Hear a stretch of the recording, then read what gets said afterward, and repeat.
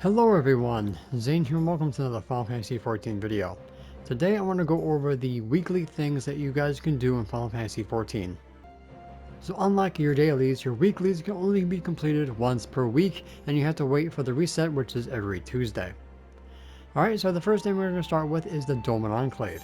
This is in Stormblood, but you have to do a little side quest in Mordona that has to do with the Doman kids. Once that is done, you guys come here to the Enclave to do the Doman Enclave reconstruction, which is basically reconstructing this whole entire area.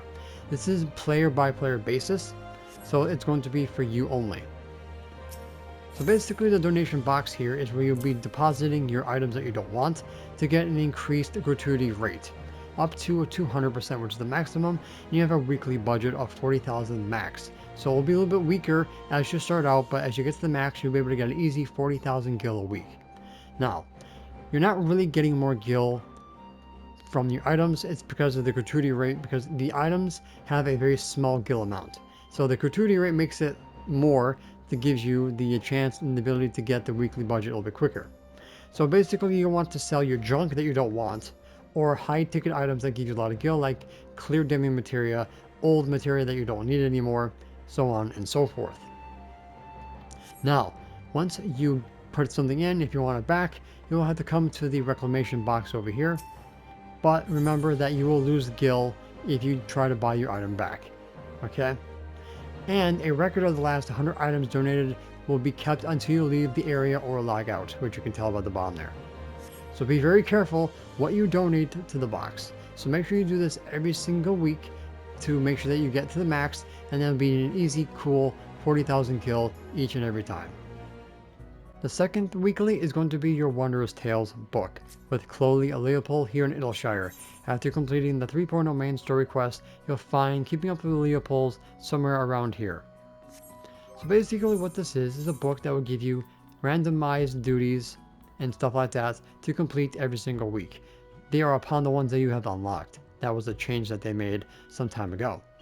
Alright, so you have your dungeons, you have your 24 or 8-man raids here, and then you also have your extreme trials. Some of these are pretty easy to do solo, but other times you want to do in a group in the party finder. You have the treasure map dungeons and or the deep dungeons, and then you have some form of PvP. Either the crystalline conflict, you have frontlines, or rival wings.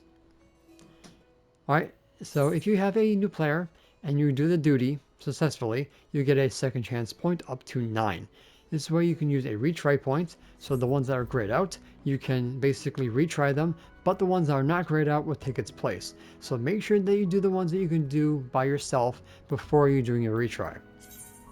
And then when you have at least 7 stickers, which is the best time to do it, you can do a shuffle, which will basically shuffle all your stickers. Hopefully they get a line. So if you didn't get any lines, you're going to retry it again until you at least get 1. Or if you're lucky enough, if the cards fall into place, you get 2 lines, which gives you a chance to get the 3rd line. So make sure you basically do all your roulettes and stuff like that to try to get second chance points.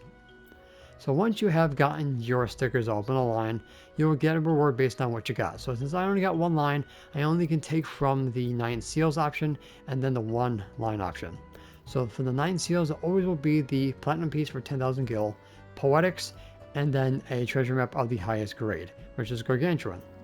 1 line will always have an MGP card, which gives you 30,000 MGP, 1 bronze certificate, which you can pass in for loot, and then 50 of the capped tomestones.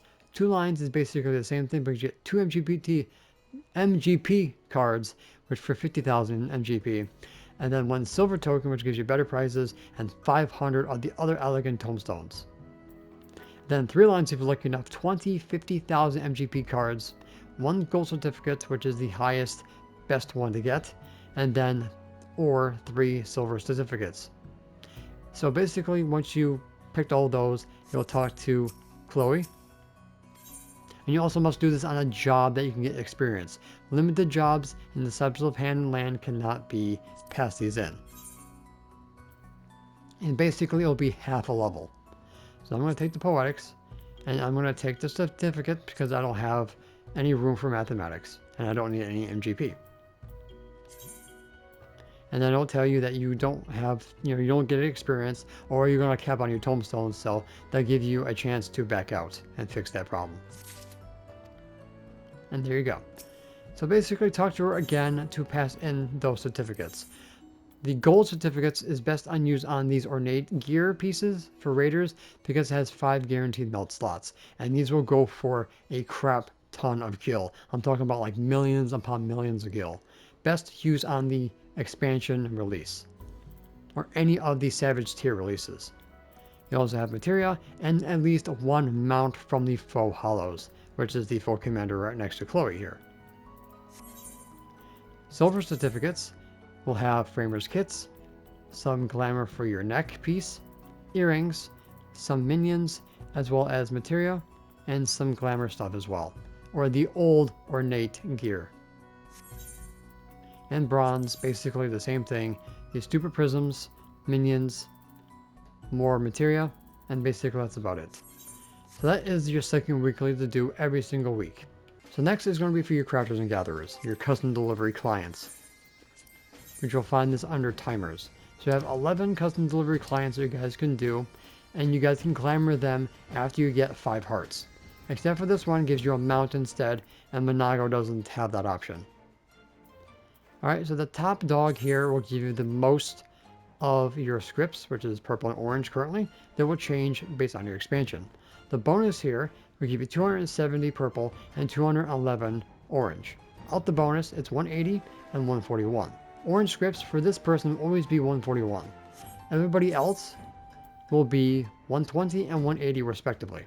And the bonus will always be 270 and 180 if it's not the top person. Okay? So for the crafters, you guys can basically turn them all in one job or spread out the experience to others. But you do need to be a specific level in order to start this, which they will tell you when you unlock their character. Okay? So make sure you pay attention to this. You only can do 2 per week and only can pass in 6 items. Okay? So that is going to be weekly number 3.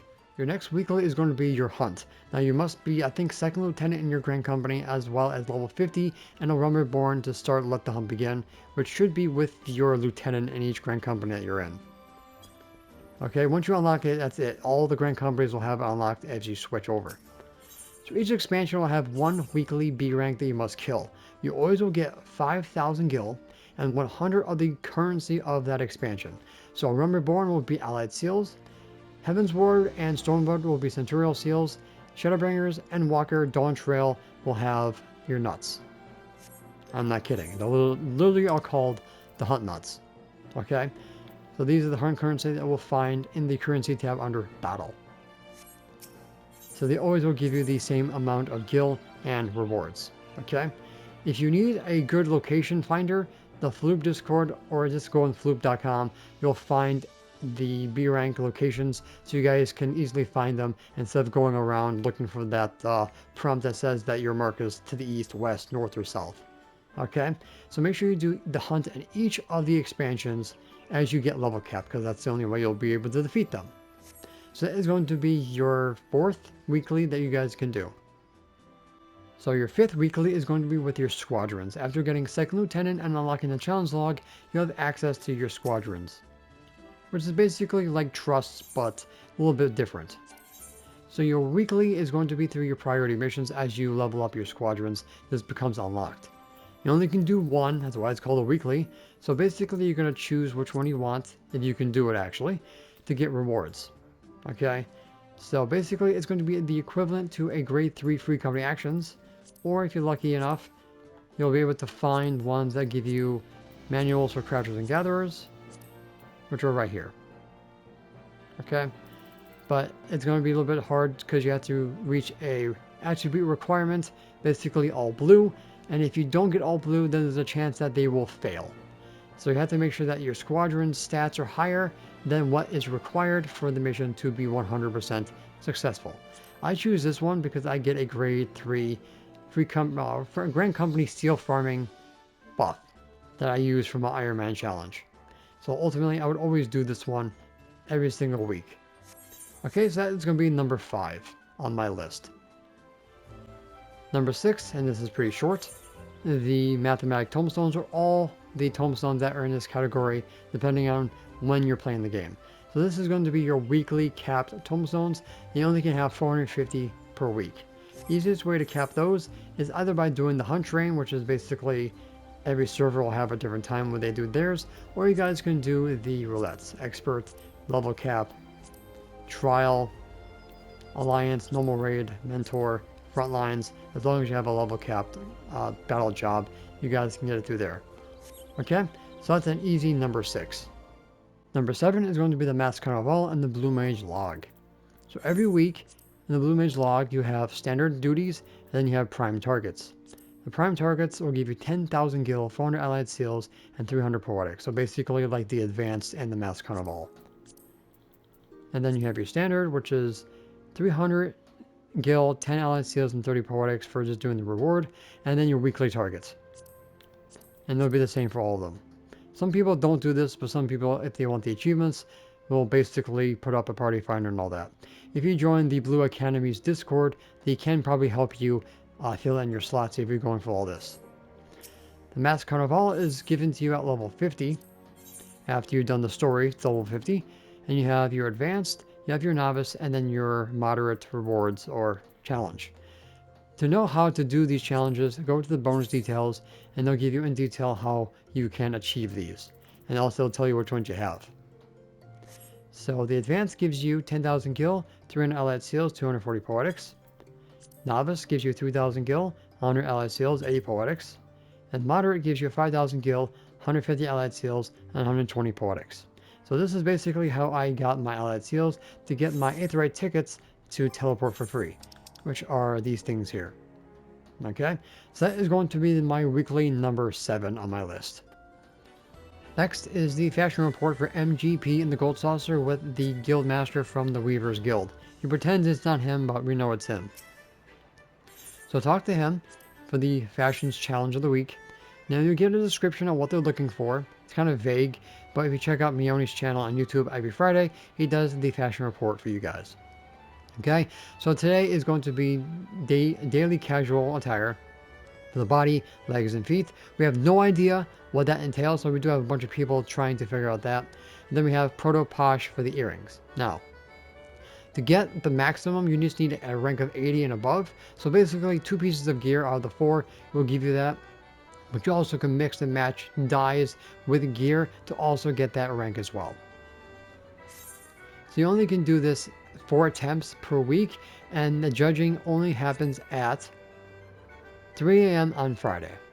Alright, so you have up until then to get everything situated and then take up your challenge.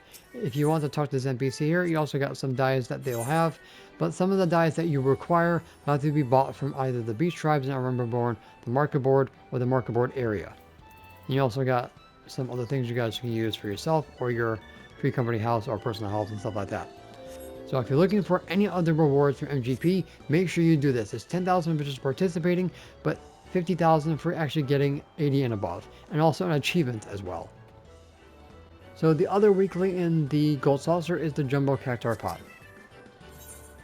So basically, you're going to pick 4 numbers out of 3 different cards, and if you're lucky enough to get all 4 correct, you get a crap ton of new GP, and then the Mad Bird Ring as an accessory for glamour. Okay, so if you don't get no numbers, you get a consolation prize. If you get 1 number right, 4th prize, 2 numbers right, 3rd prize, 3 numbers right, 2nd prize, and all numbers right, the 1st prize. And this is everything you need to know. Saturday at 9 p.m. Earth time is going to be where they draw the ticket. As long as you get your tickets before 9 p.m. on Saturday, you guys can participate. Last person who won was actually on the 15th, which is November of 2025. I never got anything above the 3rd prize, but that is what it is. There's an achievement for getting a certain amount from here, and you will talk to the cashier to cash them in when the time is up. There's also a spectacle that happens over here at 9 p.m. So if you want to participate in that, you'll be participating in it here. So that's basically the weeklies in the Gold Saucer. And the last weekly thing is going to be your challenge log. This resets every Tuesday like everything else. Now, if you're on really limited time and you want to get something done, check your challenge log for all these different categories that you guys can do. You got battle, PvP, fates, lead quests, crafting and gathering, treasure hunts, allied societies, aka the beach tribes and all that, grand company turn-ins, retainers, gold saucer, field operations, which is Occult Crescent, Boja, and Eureka, deep dungeons, others, which is Island Sanctuary, and then completion of these challenges as well. Okay, so if you're bored or want something to do or have very little playtime, your challenge log is your best friend. This is unlocked after going to the first dungeon of Sasasha, rising to the challenge, and Limsa Laminsa. Alright guys, so that's pretty much going to be it for this video. Thank you guys so much for watching. Don't forget to check out the rest of my channel for more Final Fantasy XIV content, and I will see you guys in the next one. And I have an S rank to go kill. And that's it for today's video. Thank you guys so much for watching. Don't forget to leave a like, comment, and subscribe to my channel if you're new for more Final Fantasy XIV content and help with the YouTube algorithm. If you guys want to support my channel even further, consider becoming a YouTube member, Patreon supporter, or help me on Ko-Fi. The links for those will be in the description down below, as well as my Discord. And an extra special shout out to the members on screen. So until next time, may you forever walk in the glorious light of Lord Bahamut, and always remember to keep forging